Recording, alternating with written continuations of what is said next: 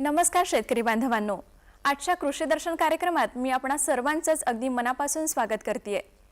दर्शक हो, आजच्या कार्यक्रमात आपण जाणून घेणार आहात गांडूळ खत निर्मितीचं सुधारित तंत्र आणि ह्या विषयावर माहिती देण्यासाठी आज आपल्याला लाभलेले तज्ञ आहेत कृषी विज्ञान केंद्र यवतमाळ इथले कार्यक्रम समन्वयक डॉक्टर सुरेश निमाडे सर। सर नमस्कार, आजच्या कार्यक्रमात आपलं खूप खूप स्वागत आहे। सर सर्वप्रथम आपल्या शेतकरी बांधवांना असं सांगा की गांडूळ खत निर्मितीचं नेमकं महत्त्व काय आणि हे तयार कसं केलं जातं? अगदी मॅडम, आपण फार महत्त्वाचा प्रश्न केलेला आहे। विशेष म्हणजे मी दूरदर्शनचे या ठिकाणी धन्यवाद मानेल की आजचा हा जो विषय घेतलेला आहे तो खऱ्या अर्थानं आपल्या जमिनीच्या सुपीकतेसाठी आणि भरघोस उत्पादनासाठी अतिशय महत्त्वाचा विषय आहे असं मला वाटते। आणि त्याच अनुषंगानं सर्व शेतकरी बांधवांना माझा नमस्कार। मित्र हो, आपल्याला माहीत आहे की शाश्वत शेतीसाठी आणि त्याचबरोबर भरघोस उत्पादनासाठी जमिनीची सुपीकता टिकून राहणं आज काळाची गरज झालेली आहे। बरोबर। आणि ही जमिनीची सुपीकता टिकून राहण्यासाठी सेंद्रिय पदार्थाचा वापर होणं आवश्यक आहे आणि त्यातीलच सेंद्रिय खत जर आपण सांगू इच्छितो त्या ठिकाणी गांडूळ खत हे एक महत्त्वाचं सेंद्रिय खत आहे। तर आपण जो प्रश्न या ठिकाणी विचारलेला आहे तर ह्या गांडूळ खताची निर्मिती कशी करतात, तर शेतकरी बंधूंनो, गांडूळ खताला निर्मितीसाठी गांडूळाची गरज असते हे आपण सर्वांना ज्ञात आहे। गांडूळ खताची निर्मिती करत असताना लागणारे जे गांडूळ आहे त्याला आपल्या भारत देशामध्ये वेगवेगळ्या नावानं त्याला संबोधतात। जसं सांगायचं झालं तर मराठीमध्ये गांडूळाला त्या ठिकाणी आपण शिदोड म्हणतो, हिंदीमध्ये जर गेलं तर त्याला केचुआ म्हणतो। तर असे हे गांडूळ आपल्या जमिनीमध्ये एक महत्त्वाचं काम, जमिनीची सुपीकता टिकून ठेवण्याचं काम करत असतात। त्यालाच आपण दुसऱ्या पद्धतीमध्ये शास्त्रीय पद्धतीनं, सुधारित पद्धतीनं गांडूळ खत तयार करून ते खत आपण शेतामध्ये वापरण्याचा प्रयत्न आता करतो आहे। या ठिकाणी आपण जो प्रश्न केलेला आहे तर तो प्रश्न निश्चितपणे गांडूळ खत म्हणजे काय हा जर सांगायचं झालं तर जे काही वनस्पतीचा जन्य पदार्थ आहे त्याच्यामध्ये पालापाचोळा असेल, त्याचबरोबर जनावरांचे अवशेष असेल, यांचं ह्या सर्व पदार्थांचं गांडूळाच्या माध्यमातून प्रक्रिया करून जे खत तयार होते त्या खताला गांडूळ खत म्हणता येईल। आणि निश्चितच याच्यासाठी गांडूळाचं महत्त्व अति आहे। गांडूळाशिवाय गांडूळ खतच तयार होणार नाही, अगदी बरोबर, याच्यात दुमत नाही। तर हे गांडूळ खत पीक उत्पादनासाठी आणि जमिनीची सुपीकता टिकवण्यासाठी अतिशय महत्त्वाचं आहे। अच्छा सर, पुढे असं सांगा की हे गांडूळ खत जे आहे ते जमिनीच्या सुपीकतेसाठी कसं काय फायदेकारक ठरेल? सर अति महत्त्वाचं आहे, कारण गांडूळ खताचा वापर जे काही आपण गांडूळ खत आपल्या प्रकल्पामध्ये तयार करणार आहोत याचा शेतामध्ये वापर जर केला तर निश्चितपणे काही शेतीच्या सुपीकतेसाठी अतिशय महत्त्वाचा फायदा या गांडूळ खताच्या माध्यमातून होईल। त्याचबरोबर दुसरा फायदा सांगायचं झालं तर गांडूळ खताचा दुसरा फायदा त्या ठिकाणी जमिनीची पाणी धारण करण्याची शक्ती वाढते। त्याचबरोबर जमिनीचा जो सामू म्हणतो आपण, बरेचदा आम्लयुक्त अल्कलीयुक्त जमिनी होतात आणि त्या मग पिकासाठी घातक ठरतात। अशा परिस्थितीमध्ये आपण गांडूळ खताचा शेतामध्ये जर आपण वापर केला तर निश्चितपणे आपल्या जमिनीची जे सामू आहे तो सामू उदासीन राहून पिकाच्या वाढीसाठी आणि भरघोस उत्पादनासाठी फायद्याचा ठरू शकते। गांडूळाचे इतरही फायदे आपल्याला सांगता येईल, जसं जे पिकाच्या वाढीसाठी आवश्यक असलेले सर्व प्रकारचे अन्नद्रव्य या गांडूळ खताच्या माध्यमातून पिकाला उपलब्ध होते। त्याच्यामध्ये मग मुख्य अन्नद्रव्य असेल, दुय्यम अन्नद्रव्य असेल, त्याचबरोबर सूक्ष्म अन्नद्रव्याचा पुरवठा सुद्धा आपल्या ह्या गांडूळ खताच्या माध्यमातून जमिनीसाठी होते। जमिनीसाठी होते म्हणजे अर्थातच ते आपल्या पिकाच्या उत्पादन वाढीसाठी त्याचा फायदा झाल्याशिवाय राहत नाही।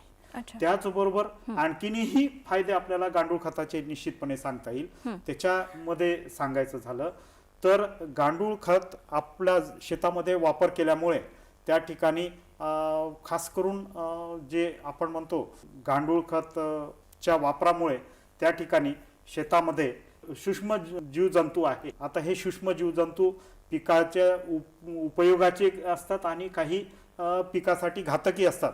परंतु उपयुक्त जीवजंतूची त्याची क्रियाशीलता त्यांचं म्हणजे कार्यप्रणाली वाढवण्यासाठी हे गांडूळ खताचा एक महत्त्वाची भूमिका त्या ठिकाणी असते.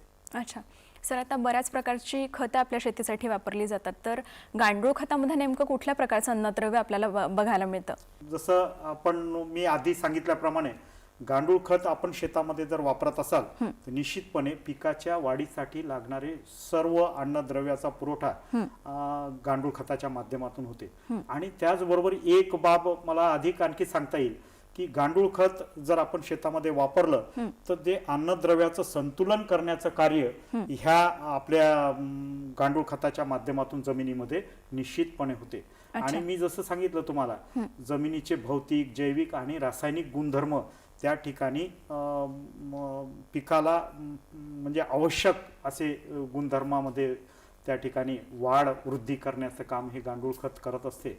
आणि त्याच्या माध्यमातून जे जसं मुख्य, दुय्यम आणि सूक्ष्म अन्नद्रव्य पिकाला लागते, तर ह्या अन्नद्रव्याचा पुरवठा या गांडूळ खताच्या माध्यमातून होते. आणि जेव्हा आपण हे अन्नद्रव्याची तुलना इतर सेंद्रिय खतासोबत गांडूळ खताची करतो त्यावेळेस निश्चितपणे या जे आपले संशोधन शास्त्रज्ञ यांनी जे निष्कर्ष मांडलेले आहे तर त्या माती किंवा गांडूळ खत तपासणीतून समोर आलेले आहे. निश्चितपणे सरासरी जर आपण बघितलं तर जे मुख्य अन्नद्रव्य ह्या गांडूळ खतामध्ये असते ते तुलनेने इतर सेंद्रिय खतापेक्षा अधिक असते. मग त्याच्यामध्ये नत्र असेल, स्फुरद असेल आणि पालाश सुद्धा असू शकते आहे. आणि त्याचं प्रमाण जर सांगायचं झालं तर सरासरीमध्ये 2% नत्र, 1.5% स्फुरद आणि 1% पालाश सरासरीमध्ये या गांडूळ खतातून आपल्याला उपलब्ध होते. अच्छा सर, आता हे जे गांडूळ खत तयार केलं जातं तर याच्यामध्ये सर कुठल्या प्रकारच्या गांडूळाच्या प्रजाती आपण वापरत आणतो? अगदी महत्त्वाचा प्रश्न आपण केलेला आहे. शेतकरी मित्रांनो, गांडूळाच्या ज्या प्रजातीच्या संदर्भात जे काही संशोधन झालेलं आहे, शास्त्रज्ञ आणि त्यांचं साहित्य चाळलं असता आपल्याला असं एक चित्र दिसून पडते की जवळजवळ जगामध्ये 2500 पेक्षा जास्त गांडूळाच्या प्रजाती आहे.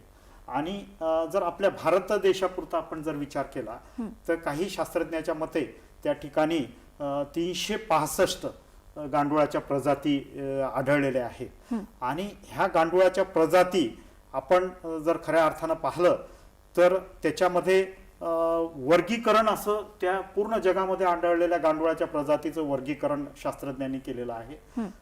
ते वर्गीकरण करण्यामागे त्यांनी एक क्रायटेरिया त्या ठिकाणी लावलेला आहे. एक तर त्या ठिकाणी म्हणजे गांडूळ त्यांचं जे खाण्याची सवय आहे ती, आणि दुसरं ते गांडूळ जमिनीमध्ये किती खोलीवर राहतात याच्यावरून त्याचं असं वर्गीकरण 3 गटामध्ये केलेलं आहे. आणि ते 3 गट सांगायचे झाले तर जमिनीच्या पृष्ठभागावर राहणारे गांडूळ जे साधारणतः जमिनीच्या वरच्या थरामध्ये म्हणजे 15 ते 20 सेंटीमीटरच्या थरामध्ये आढळतात. दुसरा प्रकार जो गांडूळाचा आहे तर तो जमिनीच्या भूपृष्ठाखाली आढळते. आणि तिसरा जो प्रकार गांडूळाचा आपण त्या ठिकाणी सांगायचा आहे तर तो तिसरा प्रकार म्हणजे जमिनीमध्ये खोल बिळ करून त्या ठिकाणी हे गांडूळ राहतात. असे हे 3 प्रकारचे गांडूळ आहे. परंतु जेव्हा आपण गांडूळ खत निर्मितीचा विचार करतो तर त्यासाठी जमिनीच्या पृष्ठभागावर राहणारे जे गांडूळ आहे त्याचा शक्यतोवर वापर आपण याच्यासाठी करतो, आपलं गांडूळ खत निर्मितीसाठी करतो. आणि त्याच्यामध्ये जे काही प्रजाती आहे त्या प्रजातीपैकी आपल्या भारतामध्ये 2 प्रजाती खास करून गांडूळ खत निर्मितीसाठी वापरल्या जातात. आणि त्याच्यामधली पहिली प्रजाती आहे आयसिनिया फिटिडा ह्या जातीची गांडूळ, आणि दुसरं आहे युडिलस युजेनिया ह्या प्रजातीचे गांडूळ आपल्या भागामध्ये गांडूळ खत निर्मितीसाठी शक्यतोवर वापरले जातात. अच्छा, आता हे जे गांडूळ आहेत सर, ज्यांची आपण निवड करतो गांडूळ खत निर्मितीसाठी, तर यांच्यातले कोणते गुणधर्म लक्षात घेणं गरजेचं आहे? अगदी महत्वाचं आहे. कारण बरेचदा असं होते की गांडूळ आपण कुठलाही गांडूळ आपण खत निर्मितीसाठी त्या ठिकाणी वापरला, त्याला ते वातावरण सूट झालं नाही, बरोबर. तर निश्चितपणे ते जागा सोडून कुठंतरी आणखी निघून जाईल. अच्छा. तर मग अशा परिस्थितीमध्ये आपल्याला त्या गांडुळामध्ये विशेष गुणधर्म त्या प्रजातीमध्ये असणं आवश्यक आहे. बरं. आता विशेष गुणधर्म जेव्हा म्हणतो आपण, तर त्याच्यामध्ये एक तर त्या परिस्थिती, जी काही परिस्थिती जिथं आपण गांडूळ प्रकल्प उभा करणार आहे, तिथली जी काही परिस्थिती आहे, ती परिस्थिती त्या गांडुळाच्या प्रजातीनं ऍक्सेप्ट केली पाहिजे, तिथं ते टिकून राहिले पाहिजे. दुसरा बाब म्हणजे त्याच्यामध्ये ते गांडुळामध्ये प्रत्युत्पादन करण्याची शक्ती खूप असली पाहिजे, खूप मोठ्या प्रमाणात असं त्याची संख्या वाढली पाहिजे, प्रजनन शक्ती त्याच्यामध्ये भरपूर असली पाहिजे. त्याचबरोबर तिसरं, जेव्हा त्या प्रजातीचा आपण विचार करतो, मोठ्या संख्येनं गांडूळ वाढणं गरजेचं आहेच आहे, परंतु त्या गांडुळाची वाढ, कारण जितका लहान आकाराचा गांडूळ राहील तेवढा तो आपल्याला गांडूळ खत निर्मिती स्लो मध्ये चालत. परंतु तो जर लवकर प्रौढ झाला, तर लवकर प्रौढ झालेला गांडूळ त्या ठिकाणी मोठ्या प्रमाणात गांडूळ खत निर्मितीसाठी त्याचा फायदा होईल. अर्थातच आपण त्या ठिकाणी अशा गांडुळाच्या प्रजाती निवडल्या पाहिजे, ते झपाट्याने वाढणाऱ्या पाहिजे, त्याचं झपाट्यानं प्रजनन होणाऱ्या पाहिजे. त्याचप्रमाणे जे सेंद्रिय पदार्थ, जे सेंद्रिय खाद्य पदार्थ आहे, ते सेंद्रिय खाद्य पदार्थाचं पृथक्करण झपाट्यानं करणारा पाहिजे. म्हणजे स्पीडीली जर केलं तर लवकर आपलं गांडूळ खताची निर्मिती त्या ठिकाणी होईल. अच्छा, तर आता हे जे गांडूळ आपण वापरणार आहोत सर, तर यांच्यासाठी कुठलं खाद्य जमिनीत असणं गरजेचं असतं? अगदी महत्वाचा प्रश्न आहे हा सुद्धा, कारण गांडूळा बिना खाद्याशिवाय गांडूळ खत तयार होणार नाही. बरोबर. अर्थातच. आणि त्यासाठी गांडुळाचं खाद्य असा जेव्हा आपण विचार करतो, तर सर्व झाडाचा पालापाचोळा, म्हणजे झाडाचा पालापाचोळा असेल, झाडाचे अवशेष असेल, पराठ्या तुराट्या असेल, आपल्याकडे जे वनस्पती अवशेष म्हणतो आपण, ते सर्व वनस्पती अवशेष, आणि त्याचबरोबर जनावराचं मलमूत्र, त्यासोबत माती, हे याचं आवडतं खाद्य गांडुळाचं आहे. सर, आपण हे जे गांडूळ खत निर्माण करणार आहोत, तर याच्या विविध पद्धती नेमक्या कुठल्या कुठल्या आहे, याविषयी आपल्या शेतकरी बांधवांना सांगा. अगदी बरोबर आहे मॅडम.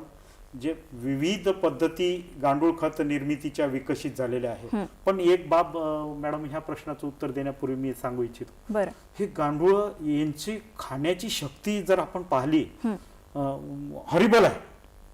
म्हणजे कसं आहे, गांडूळ त्याच्या वजनाच्या जवळजवळ 10 ते 30 पट खाद्य रोज खाते ते. म्हणजे जे काही सेंद्रिय पदार्थ आपण त्याला खायला देणार आहोत, किंवा शेण, अर्धवट कुजलेलं शेण असेल किंवा मलमूत्र असेल, तर हे तो इतक्या झपाट्यानं खाते की त्या ठिकाणी मोठ्या प्रमाणात गांडूळ खत निर्मिती करण्यासाठी याची मदत होते. आणि आपण जे प्रश्न त्या ठिकाणी उपस्थित केलेला आहे की गांडूळ खताच्या निर्मितीच्या विविध पद्धती कुठल्या आहेत, तर त्या विविध पद्धतीमध्ये सांगता येईल की गांडूळ खत प्रकल्प जर आपल्याला उभा करायचा असेल किंवा गांडूळ खत निर्मिती आपल्याला जर करायची असेल, तर सर्व शेतकरी बांधवांना माझी विनंती राहील की त्या ठिकाणी आपल्याकडे असलेल्या परिस्थितीच्या अनुरूप आपल्याला कमी खर्चाचं त्या ठिकाणी ढीग पद्धतीनं गांडूळ खत करता येते. बरं. ही एक पद्धत झाली.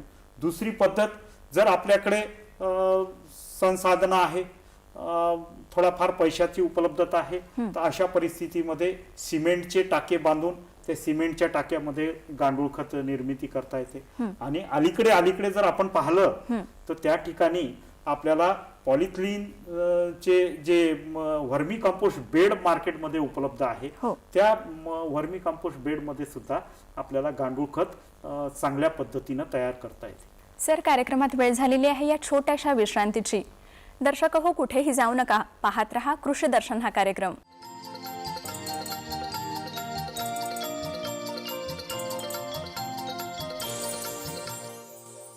दर्शक हो, आजच्या कृषी दर्शन कार्यक्रमात आपलं पुन्हा एकदा स्वागत. सर, आपण बोलत होतो आपल्या गांडूळ खत निर्मितीच्या विविध पद्धतींविषयी. मी या ठिकाणी सांगू इच्छितो की आपल्याकडे जसं मी म्हटलं की उपलब्ध असलेल्या संसाधनाचा वापर करून कमीत कमी खर्चामध्ये आपला गांडूळ खत प्रकल्प कसा उभा करता येईल, यासाठी आपल्याला जे गांडूळ खत निर्मितीच्या पद्धती आहे ते सविस्तर मी सांगण्याचा या ठिकाणी प्रयत्न करतो. तर गांडूळ खत निर्मितीच्या जे विविध पद्धती शास्त्रज्ञांनी विकसित केलेल्या आहेत त्याच्यामध्ये ढीगच्या पद्धतीमध्ये गांडूळ खत निर्मिती करणं. दुसरी पद्धत त्याच्यामध्ये सांगता येईल आपल्याला सिमेंट टाक्याचा वापर करून त्या ठिकाणी गांडूळ खताची निर्मिती करणं. त्याचबरोबर तिसरी पद्धत जे सांगता येईल अलीकडे आपण पाहतो आहे की टार्पोलिन चा वापर करून व्हर्मी कंपोस्ट बेड त्याला आपण म्हणतो, तर त्या व्हर्मी कंपोस्ट बेडचा वापर करून त्या ठिकाणी मोठ्या प्रमाणात गांडूळ खताची निर्मिती प्रकल्प उभारला जात आहे. तर आपण या ठिकाणी एक पद्धतीच्या विषयी थोडक्यात मी सांगण्याचा या ठिकाणी प्रयत्न करतो शेतकरी बंधूंनो. तर जे मी पहिले सांगितलं ढिगाऱ्या पद्धतीनं आपण गांडूळ खताची निर्मिती करणं. आता याच्यामध्ये काय आहे की सर्वसाधारण ढिगारा पद्धतीनं किंवा कुठल्याही पद्धतीमध्ये गांडूळ खताची निर्मितीचा प्रकल्प आपल्याला उभा करायचा असेल तर सर्वात महत्त्वाची बाब त्या ठिकाणी विचारात घेणं गरजेचं आहे ते म्हणजे जागेची निवड. आणि जागेची निवड करत असताना ती जागा शक्यतोवर थोड्याशा उंचवट ठिकाणी असणं गरजेचं आहे, जिथं की पावसाच्या पाण्याचं साचणार नाही किंवा त्या ठिकाणी इतरही समस्या निर्माण होणार नाही. तर यासाठी उंचवट ठिकाणीची जागा गांडूळ खत प्रकल्पासाठी निवडणं गरजेचं आहे.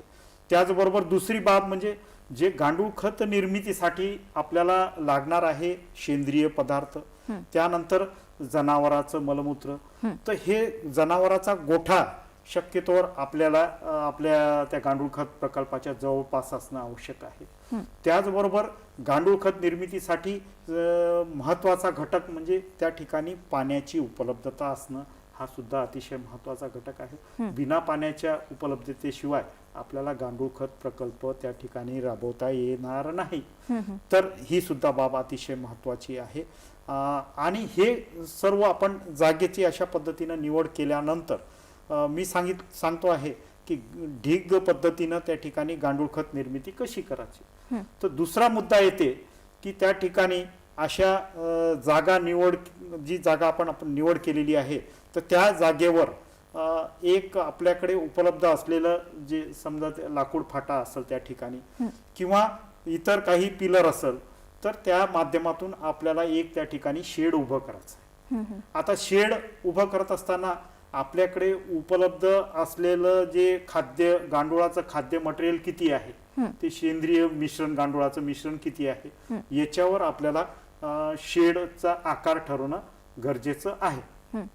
तर नाहीतर काय होईल त्या ठिकाणी आपण आपल्याकडे जे गांडूळ खतासाठी लागणारं खाद्य जे आहे ते फार थोड्या प्रमाणात असेल आणि फार मोठं तिथं 1000 स्क्वेअर फुटाचं जर आपण त्या ठिकाणी शेड उभं केलं तर त्याचा फारसा उपयोग काही होणार नाही. बरीचशी जागा आपली रिकामी राहील. म्हणजे थोड्याशा जागेमध्ये भागत असताना तिथं एवढी मोठी जागा त्या ठिकाणी शेडसाठी वापरणं गरजेचं नाही. तर अशा परिस्थितीमध्ये सर्वसाधारण जे शेड आपण उभा करतो तर तो साधारणतः 15 फूट रुंद आणि 20 फूट लांब अशा 15 बाय 20 फुटाचा आपण शेड त्या ठिकाणी झोपडी म्हणायला काही हरकत नाही त्या ठिकाणी उभी करणं गरजेचं आहे. झोपडी म्हटलं की त्या ठिकाणी दोन्ही बाजूला असा जो छप्पर आहे त्याचं त्या छपराचा असा उतार असणं गरजेचं आहे. आता उतार असा दोन्ही भागेला असा जर उतार आपण ठेवला तर त्या ठिकाणी मधोमध जे झोपडीचा भाग आहे त्या ठिकाणी 8 फुटापर्यंत आपल्याला उंची ठेवणं गरजेचं आहे. आणि साईडच्या जे आपल्याला आहे उतार तो 5 ते 6 फूट आपल्याला जास्तीत जास्त त्याची उंची ठेवावी लागेल. म्हणजे तो असा उतार त्या ठिकाणी आपल्याला तयार होईल. आणि निश्चितपणे ह्या अशा उभारलेल्या शेडमध्ये आपल्याला त्या ठिकाणी आपल्याला सर्वप्रथम त्या ठिकाणी वाफे तयार करावं लागेल. त्याला गादी वाफे आपण म्हणतो. तर ते गादी वाफे आपल्याला सुरुवातीला आखून घ्यावं लागेल. त्या गादी वाफ्याचा आकार सुद्धा अतिशय महत्वाचा आहे. आणि तो गादी वाफ्याचा आकार आखत असताना साधारणतः त्याची रुंदी जी आहे 3 फुटापर्यंत रुंदी आणि आपल्याकडे उपलब्ध असलेल्या खाद्यपदार्थाच्या अनुषंगाने त्याची लांबी आपल्याला ठरवावी लागेल. सर, कार्यक्रमात एका छोट्याशा विश्रांतीची वेळ झालेली आहे. दर्शक हो, कुठेही जाऊ नका. बघत रहा कृषी दर्शन हा कार्यक्रम परततोय थोड्याच वेळात.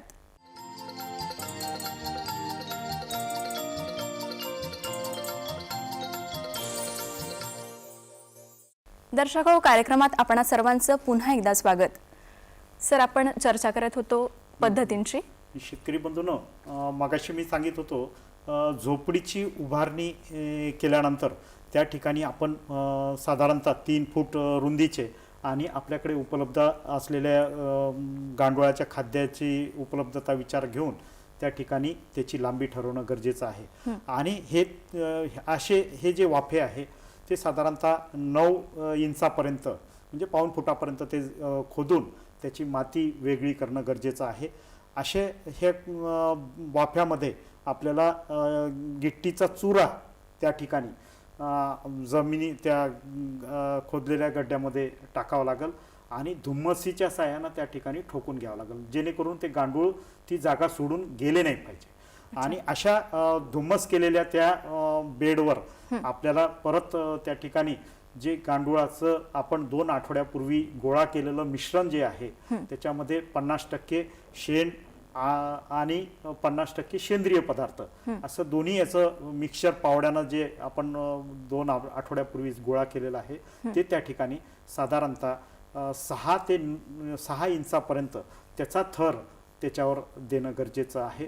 त्याच्यावर परत आपल्या शेतामधली बारीक माती चाळणीने गाळून त्या ठिकाणी हलकी आपण थर देणं गरजेचं आहे. अर्थातच त्याच्यावर 40 ते 50% ओलावा त्या सेंद्रिय पदार्थामध्ये राहील, त्या मिश्रणामध्ये राहील. ह्या दृष्टिकोनातून आपण पाणी शिंपडणं गरजेचं आहे. आणि त्याच नंतर मग वरचा थर जो आहे तो थर साधारणतः 9 इंचापर्यंत आपल्याला द्यावायचा आहे. घमेल्यामध्ये आपण जे वर मिश्रण करून ठेवलेलं आहे शेणखत 50% आणि सेंद्रिय पदार्थ जे बारीक केलेले सेंद्रिय पदार्थ आहे तर ते एकत्र मिसळून घमेल्यामध्ये घेऊन ते साधारणतः घमेलं पालथं आपल्याला त्या थरावर टाकावायचा आहे. आणि साधारणतः 9 इंच उंचीचा आपल्याला तो थर द्यायचा आहे. आणि ह्या थरावर परत पाण्याचा शिडका देऊन त्याच्यावर आपल्याला गवत म्हणा किंवा जुनं गोणपाट असेल ते त्याच्यावर अंथरून द्यावं लागेल. त्याच्यापूर्वी आपल्याला साधारणतः एका घमेल्यासाठी आपण म्हणतो की त्या ठिकाणी 20 गांडूळ 20 गांडूळ ह्या प्रमाणात त्याच्यावर गांडूळ आपल्याला त्या बेडवर टाकून द्यावं लागेल. आणि मग त्याच्यावर आपल्याला हे गोणपाटाचं आच्छादन करून त्या ठिकाणी हे गांडूळ तयार करण्यासाठी आपण सोडून द्यावं लागेल. निश्चितपणे ह्या पद्धतीने आपण जर गांडूळ केलं, खत तयार करण्याचा प्रयत्न केला तर साधारणतः 60 ते 70 दिवसामध्ये हे गांडूळ खताची निर्मिती होईल. आणि जसजसं आपण समोर जाऊ याच्यामध्ये तसतसं गांडूळ खत निर्मितीचा कालावधी त्यामध्ये गांडुळाची संख्या वाढल्यामुळे कमी होत जाईल. त्या ठिकाणी साधारणतः 1-1.5 महिन्यामध्ये समोर भविष्यामध्ये त्या ठिकाणी ह्या बेडमध्ये टाकलेलं मिश्रण आपल्याला गांडूळ खताच्या रूपामध्ये मिळेल. आता दुसरा प्रकार गांडूळ खत निर्मितीचा त्या ठिकाणी मी सांगितलेला होता की सिमेंटचे टाके वापरून जवळजवळ सारखी पद्धत, जसं ह्या बेडवर आपण ढिगाऱ्या पद्धतीनं आपण गांडूळ खत निर्मिती केली, जवळजवळ तसंच पद्धतीनं सिमेंटचे टाके वापरून. आता सिमेंटचं टाकं जे वापरायचं आहे ते साधारणतः आपल्याला 4 फूट रुंदीचं सिमेंटचं टाका आणि लांबी जर आपण म्हटलं तर 10 फुटापर्यंत लांबी आणि 2 फूट उंचीचं असं सिमेंटचं टाकं त्या ठिकाणी आपल्याला करावं लागणार आहे. तिसरी पद्धत जे सांगितलेली होती मी त्या ठिकाणी आपण जे टार्पोलिनचे जे व्हर्मी कंपोस्ट बेडचा वापर करून त्या ठिकाणी आपण गांडूळ खत निर्मिती करतो. तर ह्या गांडूळ खत निर्मितीमध्येही जवळजवळ सारखीच पद्धत त्या ठिकाणी अवलंबणं गरजेचं आहे. पण खबरदारीची उपाय या ठिकाणी एक घ्यावा लागेल आपल्याला. त्या बेडमध्ये ओलावा जो आहे तो ओलावा 40 ते 50% पर्यंत टिकून राहील. सर, आजच्या कार्यक्रमात आपल्या शेतकरी बांधवांना आपण गांडूळ खत निर्मितीची सुधारित पद्धत याविषयीची जी उपयुक्त माहिती दिली त्याबद्दल नागपूर दूरदर्शनतर्फे मी आपले खूप खूप आभार मानते. धन्यवाद. नमस्कार सर. नमस्कार.